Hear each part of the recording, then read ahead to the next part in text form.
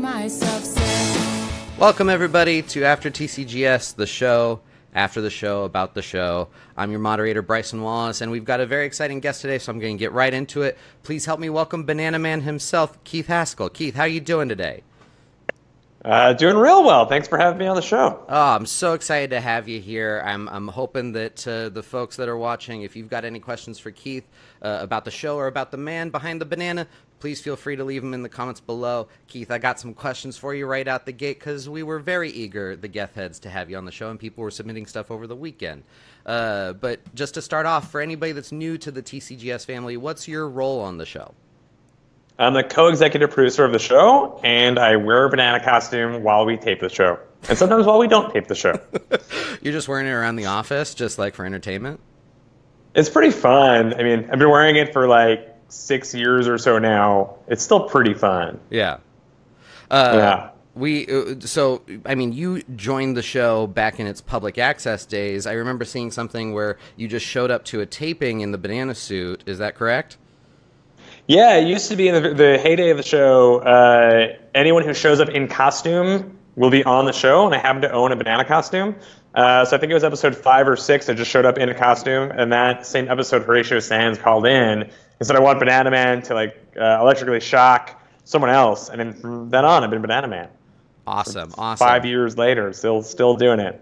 Oh, well, that's awesome. Now, I know from last week's episode, the question that's on everybody's minds is, how is Random Aaron acclimating? How are things going there? I know that we don't want anybody doxing Random Aaron whatsoever, but how was it this past week with that whole unknown element going into and out of the show? I mean, before we knew who it would be, because we didn't know who it was until the viewers found out it's a live show, I was personally a little terrified. It could have been a psychopath. It could have been anyone, and there's not much we could have done about that. There was a metal detector outside the show, but barring a weapon like that, there's nothing. We're live. Anything goes. But when it was her, and when we saw what she had to bring to the table, she's awesome. I think she's a really great fit. She brings back a lot of the public access vibes. I'm excited to see what she says on air and what we do to her. Absolutely, seems like a really good fit. Absolutely, she seems like a perfect addition to the show, and like you said, very public access, because it could have been a complete random person that could have not been a good fit. I think that you don't have to admit to this or not, but I think that's I read into it that was the element of Tig and Patton giving the thumbs up or thumbs down, just so that you guys could have the option of yeah, maybe not, they come back. That was on them, not us. I'll say that much. It was, we wanted to give someone the option. Yeah, that's what they chose.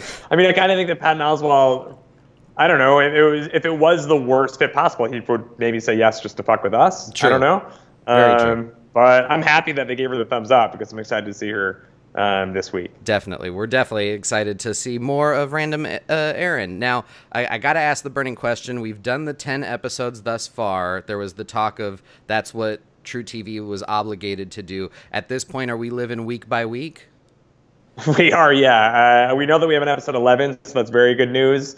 We're planning the rest. We'll see what happens. But we are planning for a full 16-episode run. Awesome. Cross your fingers the same way that we are. Cross my fingers. I got a trip to New York in November, and I would love to come see a taping, so here's hoping. Have you told Hot Dog yet? I have not told Hot Dog yet. I wasn't going to bother him until closer, but if you're telling me I got to talk to tell Hot him Dog. now. Okay, I'll talk to Hot Dog. All right, so what's been the highlight for you this season thus far? True TV, big change. What's been a highlight for you? There are a lot. I mean, every episode brings something to the table that I can't believe. So I think that Surstrumming in episode, I'm going to look at a board of episodes, 302, when Gethheads stuck in the car with a stinky fish. Yeah. It's one of my favorite things ever. And Deerhoof last week is one of my favorite bands of all time, and I brought this with me. They signed their banana. They signed a banana with their set list. Yeah. So we're trying to figure out how to permanently preserve that. Turns out that it's kind of impossible. If anybody's got some hot tips as to how you preserve a banana, please let us know. And specifically hot tips on how to keep a banana cool while doing the resin process. Apparently would burn the banana. Oh, okay. So you were yeah, looking all in... ears, and time is of the essence because this looked a lot better last week. Yeah. Than it does. Okay. I didn't even think of that. So you were at one point thinking resin having this as like a desk piece. Yeah. Oh, that would have been. I would cherish it forever. We got organic materials that we're dealing with, it looks like. All right. That, and then further answer your question, like Method Man. We had Method Man, another legend. Like every week, there's something insane that goes down. That was a question I definitely really had for exciting. you. That was a definite question I had for you. Method Man, he was similar to P. Diddy, just a perfect fit into the show. And I wanted to know, like, how was Method Man either behind the scenes, or ultimately the question is, did anybody after party with meth? I will say yes, there was an after party with meth. I don't want to get into any details, but there was an after party with meth. And I'm sad that I had a meeting to attend rather than go to that after party. No, he was the best. I think he had a great time. Every episode, the workout episode was amazing. It's been a real treat getting to do the show for so long and to still be so excited about it. So what's because the phrase that's been thrown out this year has been public access with money, right? So is that truly the feeling backstage between like the Fusion era of the show and now? Do we feel as though like we've got this public access with money mentality in approaching the production of an episode? Yeah, it's the first time that the creative forces behind the show can say something that the production team can be like, yep. Yeah. Like rather than, well, we could do it, but, or like we'd have to. Like, no, it's not that the show is, a high budget show or anything else. It's just we have enough money to get these ideas executed. Sometimes better than we expected. I think Metro Pass was a smoother process to change the whole stage over into Metro Pass than we expected. We thought it would be falling apart at the seams, but instead it looks pretty sleek to me. Yeah. So that's like, we're like, oh man, do we have to try even harder? Because we didn't think that would be possible. So you're just challenging yourself every single time. You're trying to get Jersey Dave into those situations where he's having to jump over the couch in order to like move a potted plant behind. But it's like, that's what he did. So do we have to make him do that like twice an act now? Because he can do that. He's proved himself time and time again that if you give him a challenge, Jersey Dave will make it bosser. He won't just do it. He'll make it great. Make it bosser. Yeah. Awesome. Yeah. Mo from Gethheads asks, how cool is it to work with your best friends, including your wife, Bethany? Does it get heated or does it just all make sense after so many years? It just makes sense. It's truly like a blessing to work on this show, where this is a show that if I didn't work on it, I'd watch it. I truly enjoy the show. It's fun to work on it. Because I work in TV, that's my career as a TV producer. And like, I typically like working in TV, but I never work with my best friends. And sometimes you work on a show that you don't love, but like this show, like every single aspect of it rules. And by all means, like I'm exhausted and I'm tired. And it's not easy, but it's fun. And there's something to working with your best friends that we do not take for granted. We like, even after the show's over, we like party together. Yeah. So we're like, it's sort of like camp. Yeah. If camp was your job, we're just hanging out with people all the time. I mean, not to sound too stalkerish, but like just following people on like Instagram and things like that, I see the random posts where like over the weekend, part of the crew will all be out like in a goddamn forest, like hiking together. And I don't know if you were on that trip, but it just seemed like such a cohesive unit. The fact that you're done with the show, but you're still just you're all good friends. You're a solid unit. Yeah, we hang out when we're not in session. We hang out when we are. Like, we're all best friends. That's not like an act. And I think that's kind of how the show does exist. It's because it's real and it's not scripted. And these people get along and they know each other in and out, and it rules. It really rules. That's and it's something that I think other people are trying to look into how to bottle, and you guys just have it organically, which is part of the reason that you're one of the best things on TV in this guy's opinion. The Council of Big Man 6 needed to ask this question. With the information that you have, being a foremost expert, is there any connection to be had between Gimghoul and Big Man 6? I think it's possible, man. I didn't crack the Gimghoul code, and I'm not going to beat around the bush. I hate Gimghoul. I think they're a bunch of scumbums. I wish I took them down. It's a battle that I will never resign from fighting. And maybe we'll go back. I don't know if here's a story. I don't know if this is public or not. I think maybe Gethard put it in Gethheads, and we sort of spoke about it in the comments section. Yeah. But like, we had an opportunity to find out who Gimghoul was, and we just blew it because we're morons. Which is that every Halloween they have a procession and they come out in cloaks and they talk, and like all we want to do is just peel open the cloak and see who's behind it. So that's our bad. That really is our bad. Wasn't it that you guys showed up like a week late or something like that? It was just a day late. Yeah, it was like while on the way there, we're like, we're going to go there, go to this little march they do. And then Brian Miller was like, oh, that was yesterday. oh no. So Big Man 6. Here's the thing with Big Man 6 is that I think there people are withholding information from me on this show. I think that people know a lot about Big Man 6 and I'm not privy to it. I have a feeling that Big Man 6 is an evil entity. Okay. I'm personally after Big Man 5. I'm trying to destroy Big Man 5. I think he's a real bad dude. What do you have on Big Man 5? Outside of the fact that John Oliver personally knows him. Well, John Oliver wouldn't tell me who he was, and I feel like that's a secret. And I don't know. I think that John Oliver is a pretty cool dude. So if Big Man 5 was like a friendly character, a friendly figure, he would have maybe given me his number, told me where he parties. So you're thinking there's more to that story. The secrecy, yeah. I think there's some garbage going on behind closed doors. I think Big Man 5 is responsible. A part of me thinks that Big Man 5 might be holding Big Man 6 hostage somewhere. Okay. But again, that's just me. I don't know if Gethard might know more than I know. JD might know more than I know. But I do not like these big men people. For the most part, I'm a man of the people. And I don't like big corporations. And just calling yourself Big Man 6, I have a lot of qualms with that. Okay. I think these people need to sort of get off their pedestal, sort of get back to the community, and I don't think that they're doing that. I think you've given some Sorry for that long tangent, but no, I'm very opinionated I think you've about given this. a fair amount for the Council of Big Man 6 to discuss, which I'm sure that they will do at a later time. Corey says, how many banana costumes have there been? I believe I'm up to my 6th. I had 5. True generously bought me a 6th one for the promo shoot going into the season that I'm still wearing. Yeah. It certainly is already not doing well. No. But no, I'm sorry. There's 7. There's an inflatable one that I've never worn on the show. I wore it in Bethany Hall's series Thanksgiving. Okay. So if anyone's ever seen that, they saw me wear it in some sort of commercial in that show. So there's 7 in total. Thanksgiving, that was on what service?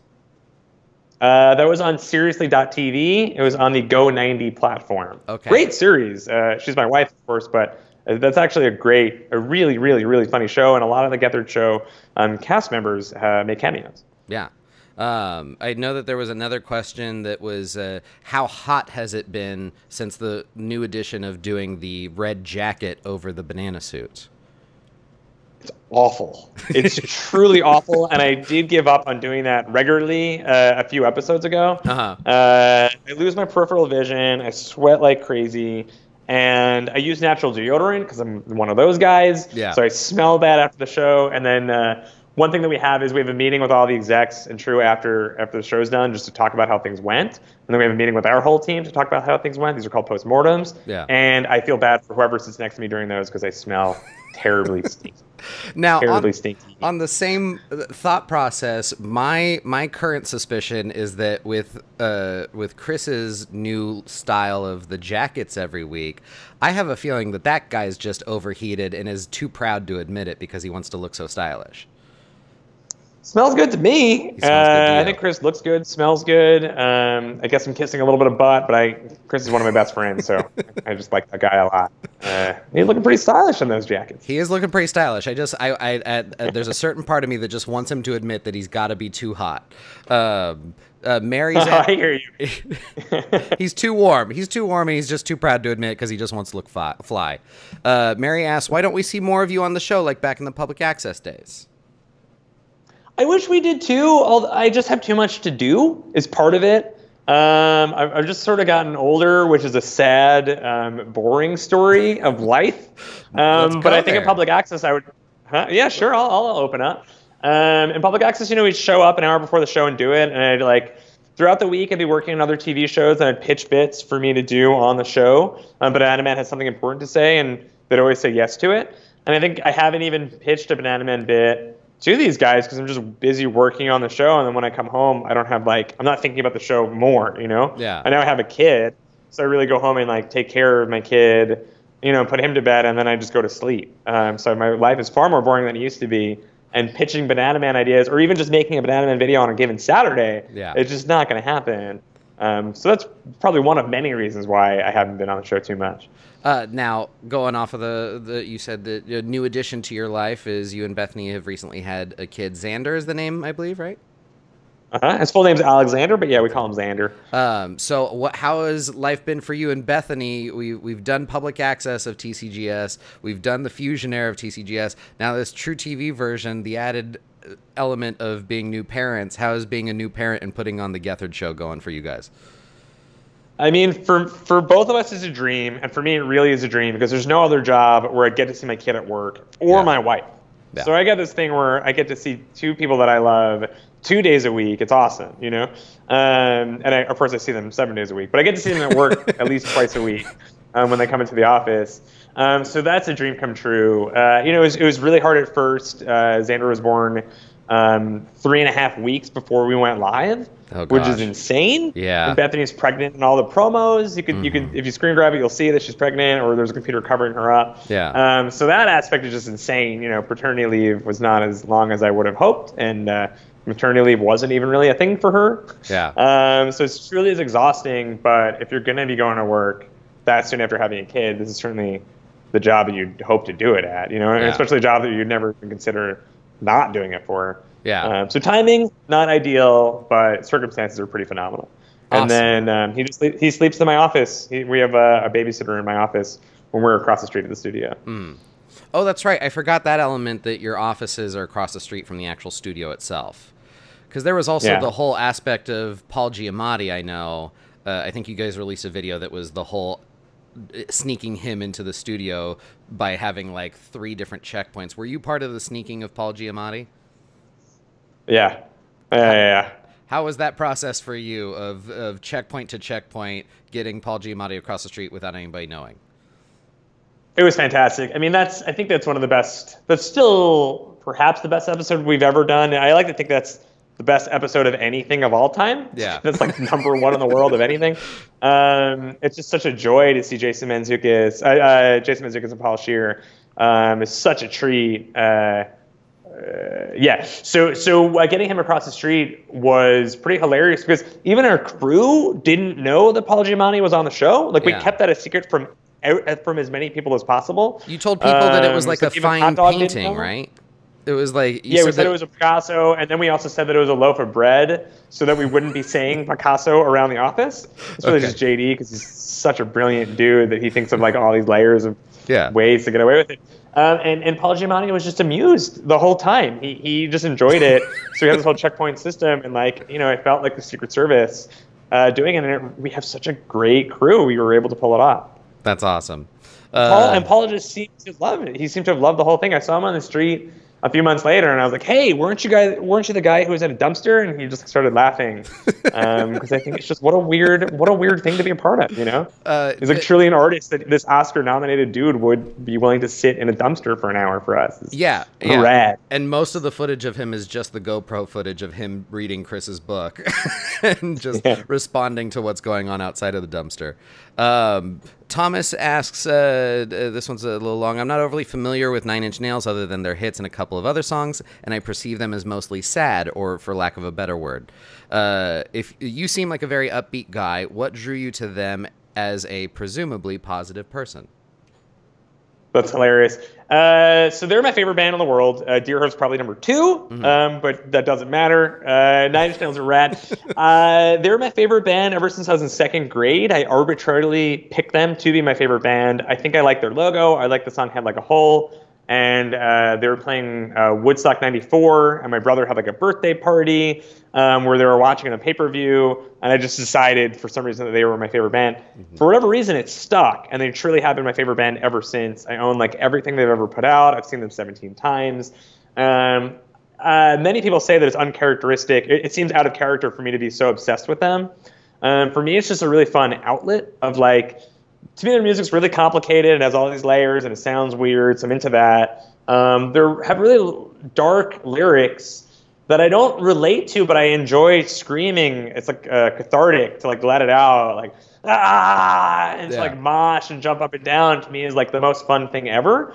So I don't quite know why it clicks so hard, but it does. I think they're just like a smart, weird band who's quirky and unique. And I think their logo is cool. I still think their logo is really cool. Their artwork's really cool. In the second grade, was it the logo too for you?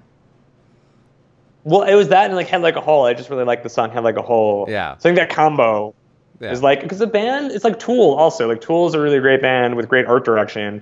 I think that you're a really fun band when you can go 360 on it. And like, you don't have to. You can be a band that just makes good music and that's that. But it's Nine Inch Nails even do cool things with like ARGs, alternate reality gaming, where they release music via like a flash drive in a toilet at one of their concerts, and then that has like coordinates. You have to follow the coordinates. Like they're just doing all this weird stuff that's just so entertaining to follow. Yeah. That they're a fun band to be a fan of. Awesome. Well, and then I like Weezer. Like I like Weezer and other happy bands too. I think, I think the folks were wanting to get to the bottom of Nine Inch Nails because you are perceived as such a positive dude. We covered Method Man. If you're watching this and if you have any questions for Bananaman, please feel free to leave them in the comments down below. I do know that people caught on to the fact that the robot website, which I believe we crashed during the technology episode, we do still have a robot in the Gethheads show production offices. And that is on every so often. How has that been going? I find it, to be completely candid, I find it very annoying because I'm just trying to do work. And here's the thing that like it's at my feed. The other day, but I think before you guys caught on, just people who enjoy that website found it. And there was like trying to shut my door. It's impossible to shut my door with the robot, but they're trying for so long. It's like bang, bang, bang, bang. I think it's really cool. I think if I didn't work here, I would be all for it and driving it everywhere. But as someone who's just trying to get their job done, not my favorite thing in the world, but I appreciate that it exists. So yeah, I believe that the website who hosts it is still refining things. Yeah. So if anything ever goes wrong, let us know. But they're up and running. I think we have 2 of them, maybe one's only operating right now, but there are 2 robots, both the ones from that episode. Yeah, it's called be up and running CGPO, if anybody's looking for it. We'll put links and stuff, but it's robot.tv. CGPO is the Gethard show's robot that at least was currently running as of today. And it's funny that it posts pictures of like what it's caught through. There was a picture of JD and Chris, and I know Patrick Kottner has been a frequent target of the robots. But you guys installed like railings in front of people's, because you have the cubes that are outside. You have the railings there on those so people can't just go into people's offices, which I think is... Yeah, it's the bathrooms and those. There's just too many secrets. Like we don't announce guests prior to 1 week before the show. But like oftentimes we know a few weeks in advance at least. So you want to be surprised by that. Yeah. So that's Kottner's office. Has all the secrets, and the writer's room has all the secrets. There's too many cork boards with too many secret information we don't want getting out. Now, Chris mentioned in Gethheads within the last like hour that Sandwich Night is on for this year. It just might take place a week later or so. So we're looking forward to that. I think that's presumably like November 29th or something. We'll find out more information later. But excited for a return to M&N for Sandwich Night. Do you plan on... That's right, the night before, if all goes well, the season finale of season 3. So season finale of season 3 should be that November 30th, unless we get canceled before then. Gotcha. Best, what we're hoping is that November 30th. Okay, so the night before. Didn't even realize that. That's exciting. So we'll be out in the Wild West of M&N the night before the season finale. That's exciting. I'll be looking forward to that. Well, Keith, any other final thoughts that you have for the Gethheads before we close this thing out? No, I'll just say thank you guys so much for watching and interacting. We're always listening, not in a creepy way, but like hit us up if things are going wrong or things are going great. I frequent the YouTube comments all the time. We've been doing the show for so long, and we wouldn't be doing it if people didn't like it and people weren't excited by it. And, I think we're just trying to have as much fun as possible, keep up the good family vibes. So thank you guys for just being fun and awesome. It truly wouldn't... I work on other shows that we don't hear anything back, any feedback. You shoot a show and then you release it 6 months later, you're already moved on to your next project. This is just fun. We're week by week. We're figuring it out as we go along, and you guys are getting to explore that. So sincerely, thank you. And let us know what's cool and what's not cool. I enjoy that stuff. Mary's pointing out that this is after TCGS number 6 because Mary is part of the Big Man 6 conspiracy theorists. She says it's a coincidence. Well, Keith, thank you back at you, because there's no other show that I think that would even humor having somebody to come on to a live stream like this and answer some of our fan questions. So I thank you for agreeing to it. And I got to ask on behalf of the community, if you're willing to, feel free to put in the good word for anybody else on the team or family that wants to come and answer some of our questions. We would love to have people on, but it's been a pleasure talking to you, and we hope to see more of the Gethheads show, my friend. Keep up the good work. My pleasure. Thanks again. See you guys on the internet. All right. Or in the studio or at parties. Bye. All right. Have a good night. Thanks. You too. Peace. Well, that was awesome. Keith, Bananaman Haskel, joining us here on After TCGS. Looks like we got a lot to consider in regards to Big Man 5 is a prime target on Keith's radar. So thanks again to Keith Haskel. Thanks again to all of you who submitted questions and interacted here tonight. Until next time, I think that's going to do it for us. Let me try, for the love of God, to end this thing. Love you guys. We'll talk to you soon and see you next time.